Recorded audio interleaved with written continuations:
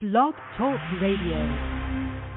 Well, batting down the hatches, we're back after a couple weeks. 1 week was technical problems. The next week, everybody had the week off during the Christmas and New Year's. Hope you had a blessed one. This year is going to be a great one. I'm an optimist. But right now, it's the American Sports History Podcast taking center stage live from Cleveland, Ohio, hosted by a brother, a mentor, and a friend to me, Peter Ray. Yours truly, Mark Mancini, producing this in Los Angeles.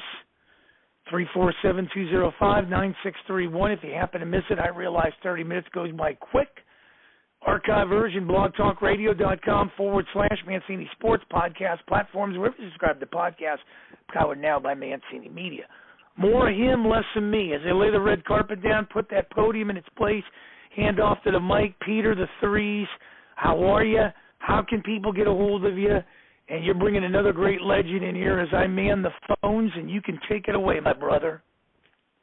Hi, Mark. I'm doing well. I have a YouTube channel. It's my name, Peter J. REA. You're absolutely right. Tonight's guest played Major League Baseball as a third baseman from 1971 to 1980 with the Minnesota Twins, Chicago White Sox, Texas Rangers, and New York Yankees. He hit .264, 102 home runs, 383 RBIs.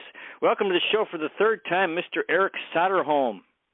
All right, Peter. Glad to be on the show again. It's I got to tell your listeners how funny that was when you emailed me and asked me to be on the show again. And I said, Peter, I don't remember the stories I told you. I might be repeating the same stories. I said, well, send me some names of guys that you may want to hear a different story on. And so you sent me the entire roster of all four teams I was on. And I said, man, if I had to tell a story about each one of these guys, I'd be your guest every night for the whole year. It was crazy. So I just had to tell your listeners how funny I thought that was that you sent the entire roster. You can tell a story about anybody. Well, they weren't the entire roster, but most of the guys, because you played in the 70s, and that was the era that I was really fixated on baseball. And so anyway, if you repeat a story, it's fine because there's comfort in hearing the same story. That's what culture is all about, hearing the stories over and over again. People like that. And anyway, in your case, it's news stories. We've heard so many of the other stories from baseball history many times. So with you, it's only be the second time. Now you gave me some names. You want to start out with what you remember about Reggie Jackson? Well, I had a wonderful opportunity to play with him. He was one of the best clutch hitters I ever saw. And on this particular game, Reggie had 399 home runs, and he was hitting fourth in the lineup, and I was hitting fifth that night. Well, he banged the line drive into right center field for his 400th home run, which was monumental. And he's running around the bases, and you know how Reggie used to make that fist pump, as he's around the bases, and then he hits home plate. Well, I'm the first guy to greet him. Well, you just don't high-five a guy that's hit his 400th home run. So I dropped my bat and embraced him and gave him a big hug.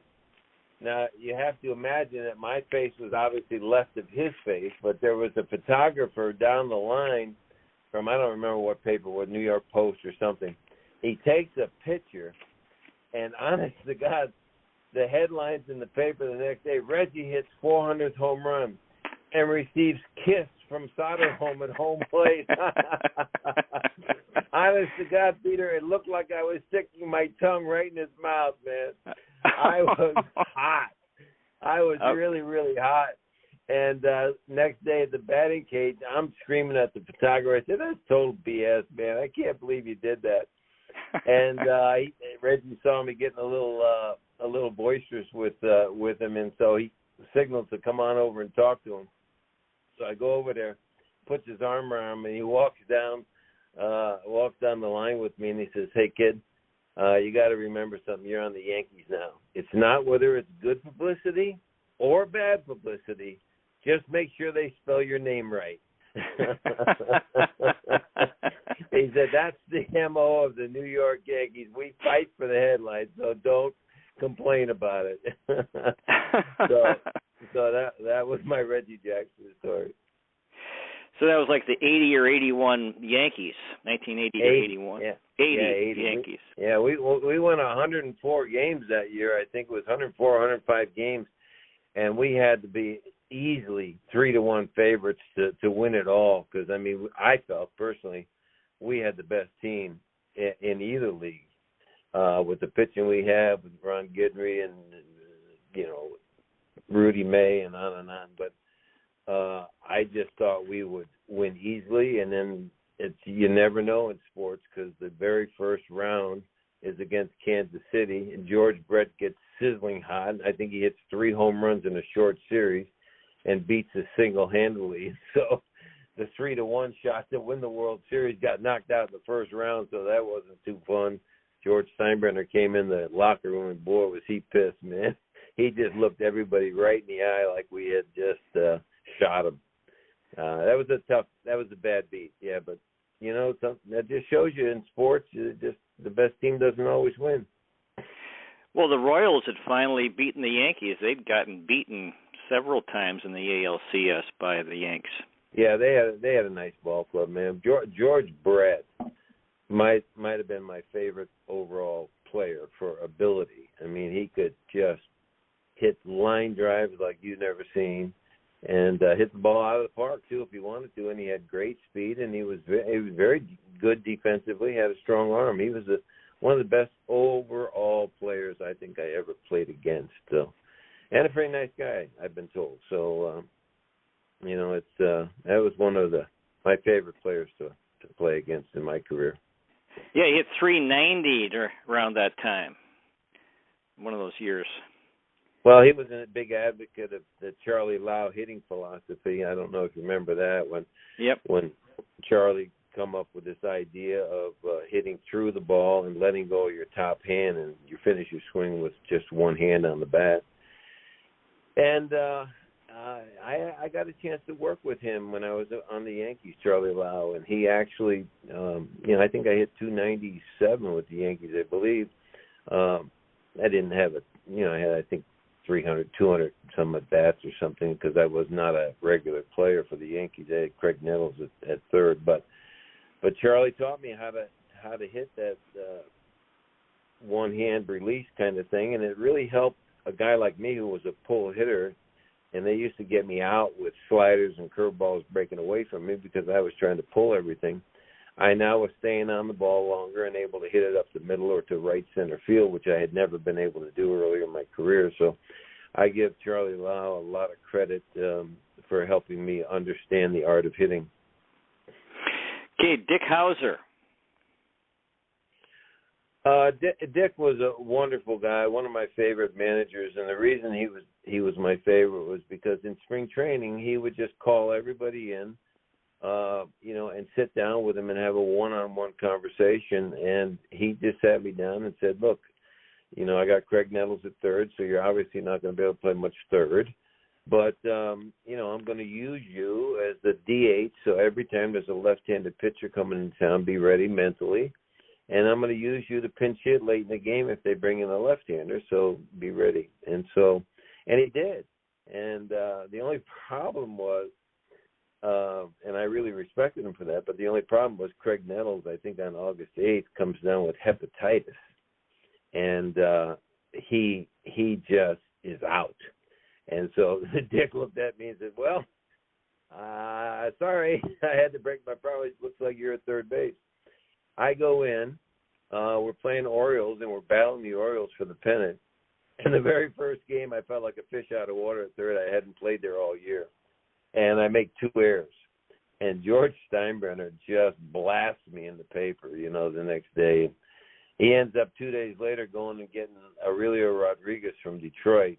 And I went back to my role as DH and pinch hitter late in the game against left-handers. But George had a very short lease, and he wanted to win so badly. And, unfortunately, me making 2 errors in my first game back from not playing there in 4 months was costly for me. But I still, I think I did I think I did well by being able to just say that I was able to play on the New York Yankees. I mean, that's something I'm very, very proud of. There's not many people that can say that, you know. Well, especially the guys from that era, you know, the late '70s, because they won a couple World Series. So you play with all these very memorable players.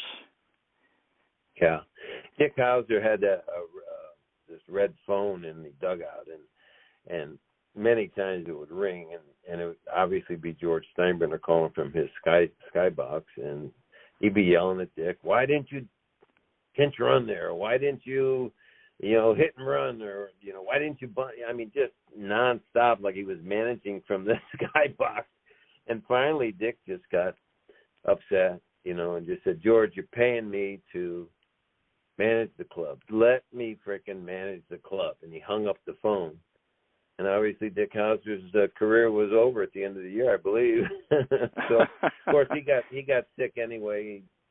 Unfortunately, he had a brain tumor, I believe, and he died very quickly at a very young age. So, but he was one of my favorite managers only because he let you know how he was going to use you, and you were able to mentally prepare for that. It wasn't just a shock, Okay, Gaylord Perry, were you with him? Well, he was on the Yankees.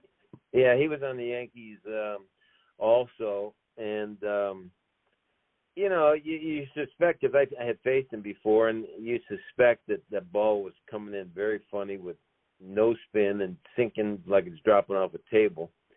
So there was a lot of suspicion as far as his spitball. Pretty notorious reputation for that.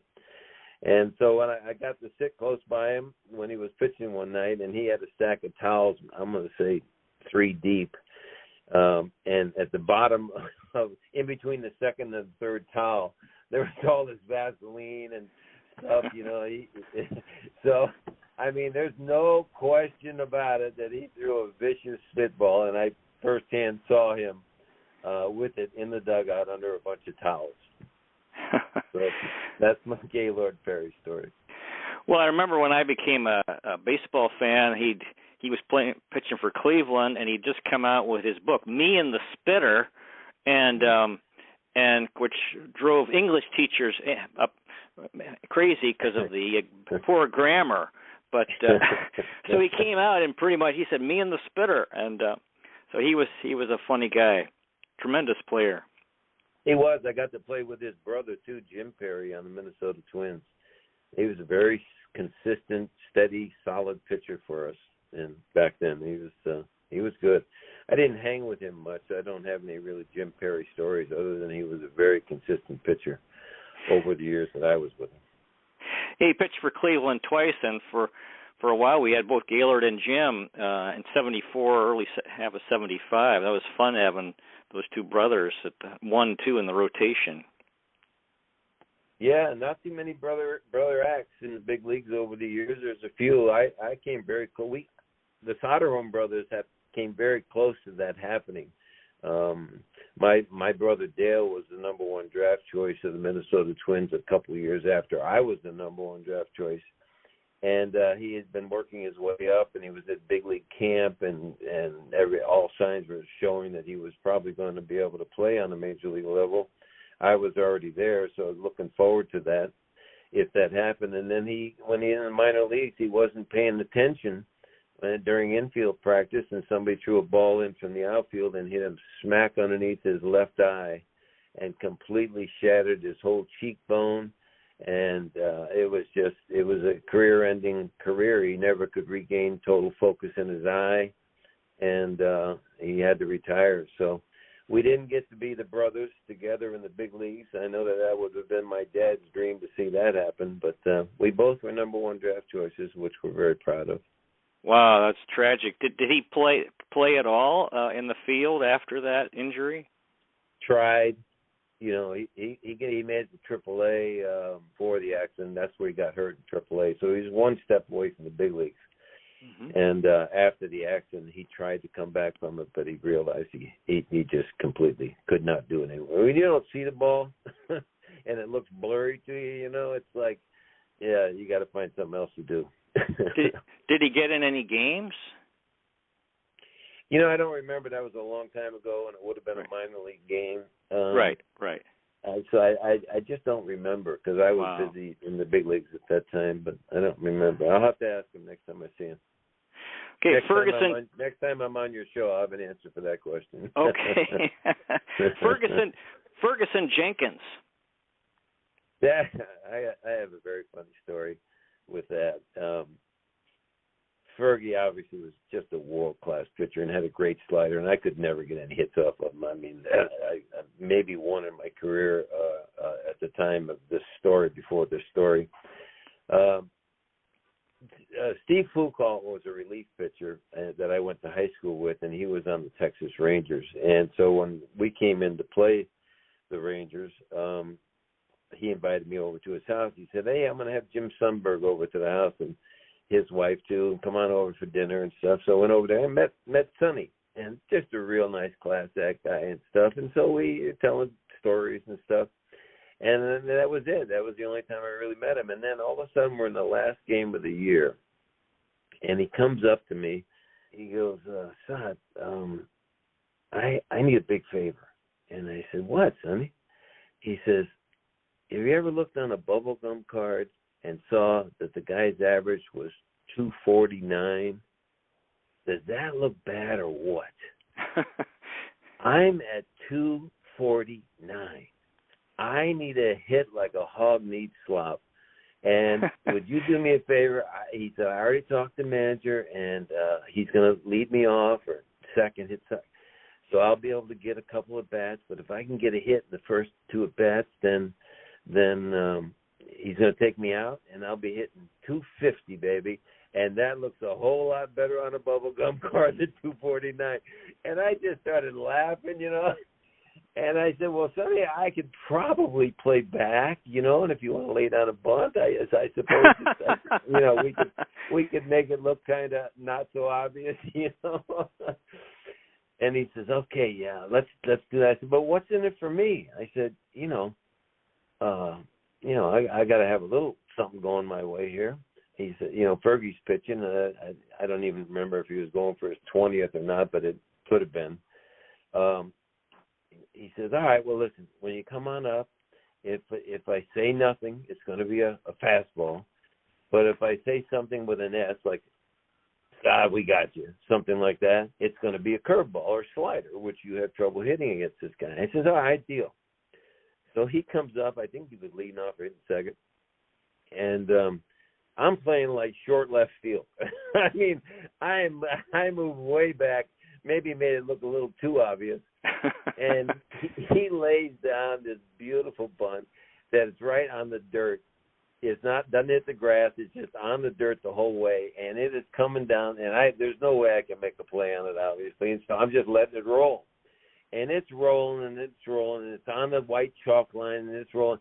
And there's a pebble about, I want to say, 6-8 inches before the base. And this ball, it's slowing down. It hits this pebble and kicks to the left and misses the corner of the bag. So it's a foul ball. So he doesn't get his first time of it. So I come up, and he goes, "Hey, son, good luck hitting Fergie, Fergie throws me a slider that he gets me out with all the time. I hit a rope by his ears. He couldn't even get the glove up fast enough to catch. He ducks out of the way, and it goes into the, and he just looks. It's this funny look. He just looks at me at first base like, "You ain't never hit, even though he didn't say it, you could just feel it. You ain't never hit that pitch in your life, So I'm just feeling that. I got a pretty good deal. I got a nice deal with Sonny I made here. So sure enough, Sonny comes up second time. He tries the bunt. I'm playing back again, and he pops it up, and they catch it, and he's out. Now he can't hit 250. I come up my second time, and he doesn't say anything, and Fergie throws me a nasty slider, and I look like a fool swinging. And I look back at him, and he says, "Hey, the deal's off. Sorry, sucker. I can't hit 250 now." Oh. But that was my Ferguson Jenkins story, man. Ferguson Jenkins and Jim Sundberg. Yeah, the combo story. Yeah, that was just one of those moments that you hate being dishonest or cheating, but I was just trying to help a friend hit 250, and I happened to benefit from it. That's all. Oh, I'd heard that Denny McLain grooved a pitch for Mickey Mantle. You heard that story? I have not heard that story. Tell me. That's all I know. Just that he decided he was at the end of his career, and I don't know, just felt like giving him a break. He was having trouble hitting. Okay, the South Side Hitmen. You said all of them. Who would you like to talk about? Now that was at 77 White Sox.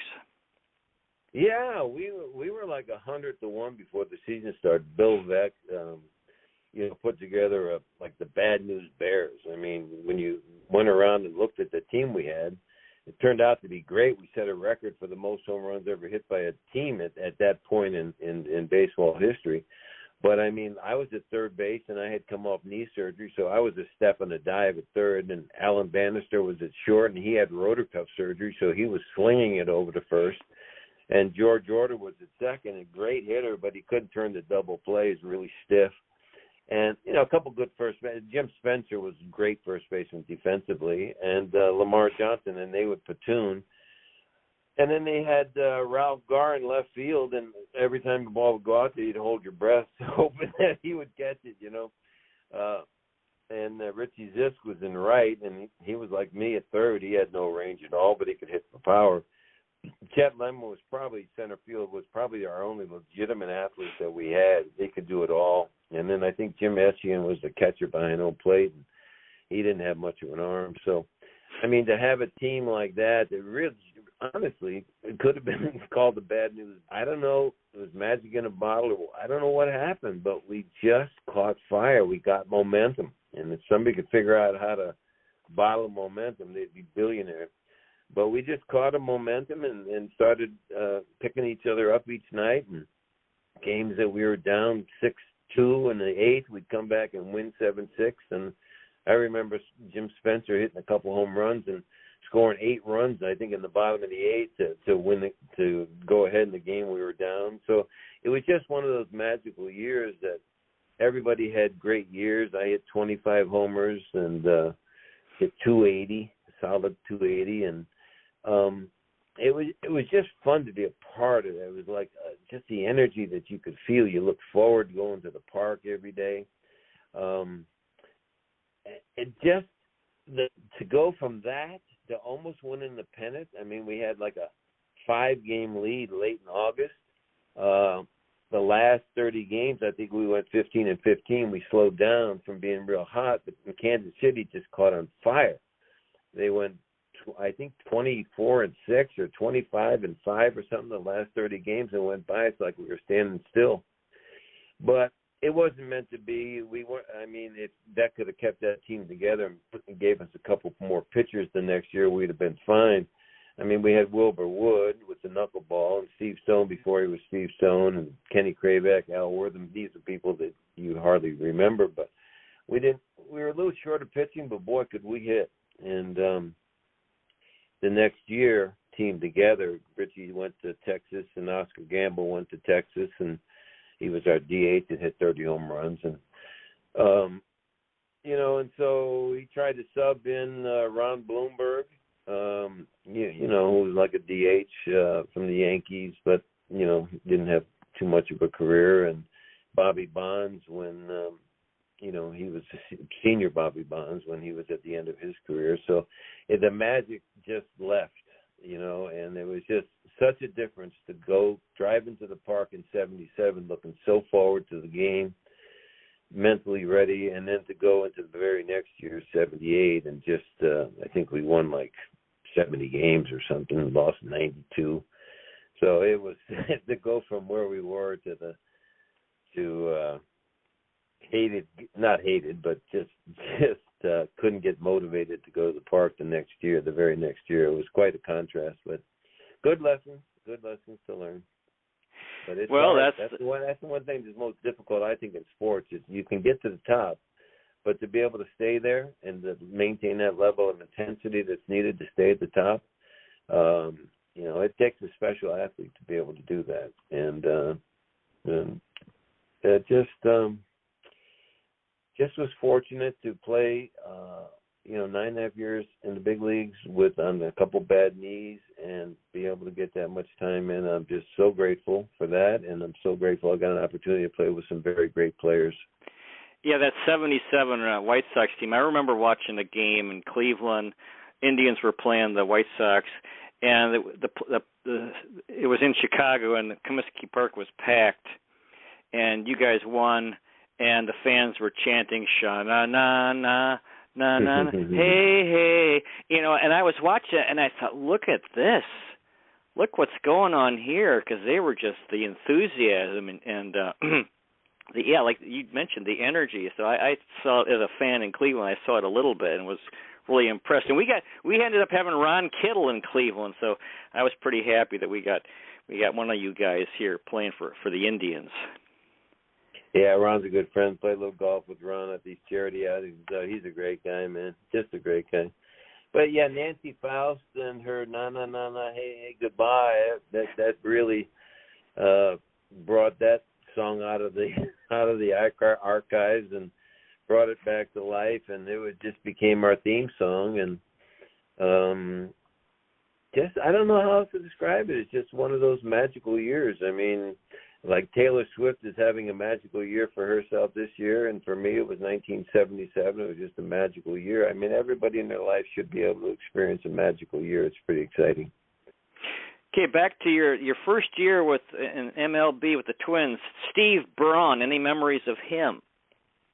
I just saw Steve. We were at a charity golf outing.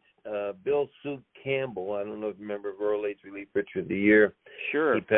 He passed away with prostate cancer, and so we had a memorial golf outing for him, raise money for cancer. And Bronny came up from Florida. He's dealing with some health issues right now, as most people do as we get into our 70s. But he's got that nerve damage problem that runs down your leg and makes your toes all numb and stuff, So he was having a little difficulty walking. He was playing golf, but he was having a little difficulty. It's hard to see the guys you played with either struggling with their health or even dying. It's like I teased my wife. I said, "Man, a lot of these guys that I'm playing with are dropping like flies." And I said, "I don't think I'm even close yet. I feel great," So and very thankful for that too, to be almost 76 now and be able to still play golf pretty well and still be involved with a lot of my friends and stuff. So very thankful. But Stevie was struggling with his health and he still looked good. He was he was my backup guy at third base when I was with the Twins, and really a clutch, solid hitter. Great pinch hitter for us. And that was his role most of the time with us in the Twins. But I don't have anything funny or anything to tell you about Bronny other than he was just a solid guy to be around, and I wish him well in his health. Cesar Tovar.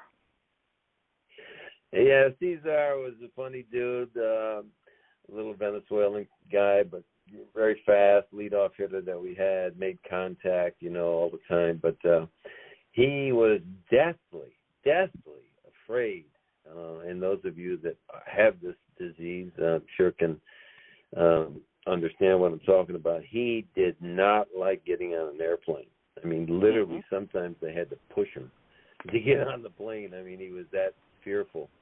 And I remember they, got him on the plane, and then all the guys, to rub salt in the wound, would take pillows that they had, because we had a charter flight, had pillows to sleep while we were flying, and they all would throw their pillows at him, Here's the guy who was just shaking when he sat in his chair. He was just so afraid. I think he saw a hypnotist in Minnesota.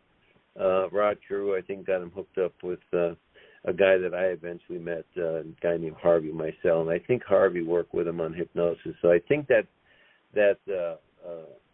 illness, or whatever you want to call it, fear, I guess it would just be big-time fear of dying, I suppose. But I think he eventually got that situation resolved. But that was just too funny to see everybody throwing their pillows at him on the airplane. Our guest has been Mr. Eric Soderholm, who played Major League Baseball from 1971 to 1980 with the Minnesota Twins, Chicago White Sox, Texas Rangers, and New York Yankees. He has a business called Soder World Wellness Center and Academy, a healing arts center in Willowbrook, Illinois. Mr. Soderholm, do you have any final words tonight for our audience? Well, thank you for the plug on Soder World. I'm going to be honest with you, Peter. I'm actually more proud of creating Soder World and the healing work that we're doing there than I am of playing 9.5 years in the major leagues. So, I mean, I'm obviously proud of both. But when you're going, in the big leagues, it's like you can share in the energy and the excitement of winning and stuff. But with Soder World, it's a healing arts center, and we just help people show them how to heal themselves through meditation or sound journeys or yoga or, life coaching or massage.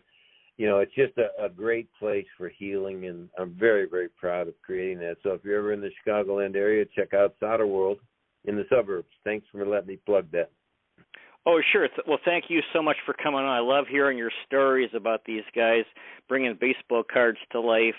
And your career was my era, so I'll definitely contact you again about coming on again. I thank you so much for coming on and sharing stories. And I love hearing what you have to say. Thanks, Peter. I really appreciate it. Always a pleasure. Call anytime. I will be in touch. Definitely. Thanks again. That was wonderful. Next week we're going to have Bill North, this center fielder and leadoff hitter for the coolest MLB team of all time, the Oakland A's from the early 1970s. And in 2 weeks, Matthew DiBiase will be back. We'll be talking NFL history, Buddy Parker, and Mike Shanahan. Dear listener, may the road rise to meet you. May the wind be at your back. May the sun shine warm upon your face and rains fall soft upon your fields.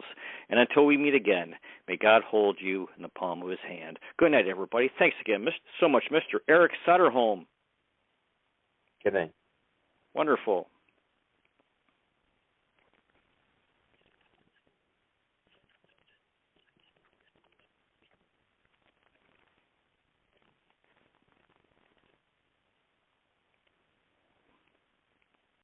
Don't miss Sleep Outfitters' $1 million closeout sale. Your chance to save up to 50% on floor models and closeouts from America's top mattress brands, Sealy, Tempur-Pedic, and Stearns & Foster.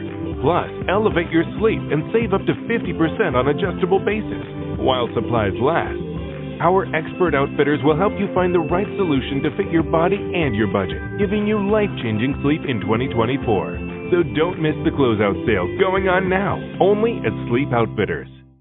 Hello, it is Ryan, and I was on a flight the other day playing one of my favorite social spin slot games on ChumbaCasino.com. I looked over at the person sitting next to me, and you know what they were doing? They were also playing Chumba Casino. Coincidence? I think not. Everybody's loving having fun with it. Chumba Casino is home to hundreds of casino-style games that you can play for free anytime, anywhere, even at 30,000 feet. So sign up now at ChumbaCasino.com to claim your free welcome bonus. That's ChumbaCasino.com and live the Chumba life. No purchase necessary. VGW. Void where prohibited by law. See terms and conditions. 18+.